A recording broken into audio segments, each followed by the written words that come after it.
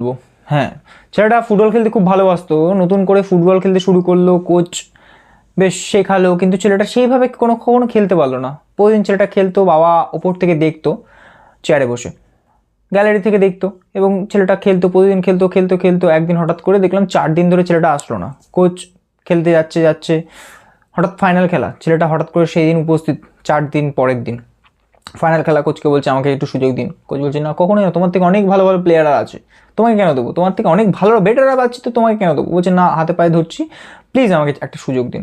ভালো কথা।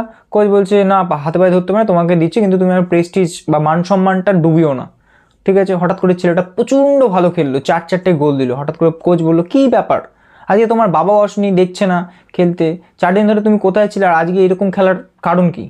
বলছে আমার 4 দিন আগে বাবা মারা যায়, বাবা আমার অন্ধ ছিল, কোনোদিনও দেখতে পাচ্ছিল না, আজকে বাবা মারা যায়, ওপর থেকে বাবা আমার খেলা নিশ্চয়ই দেখছিল, তাই জন্য আমি এত ভালো খেলতে পেরেছি। ধন্যবাদ।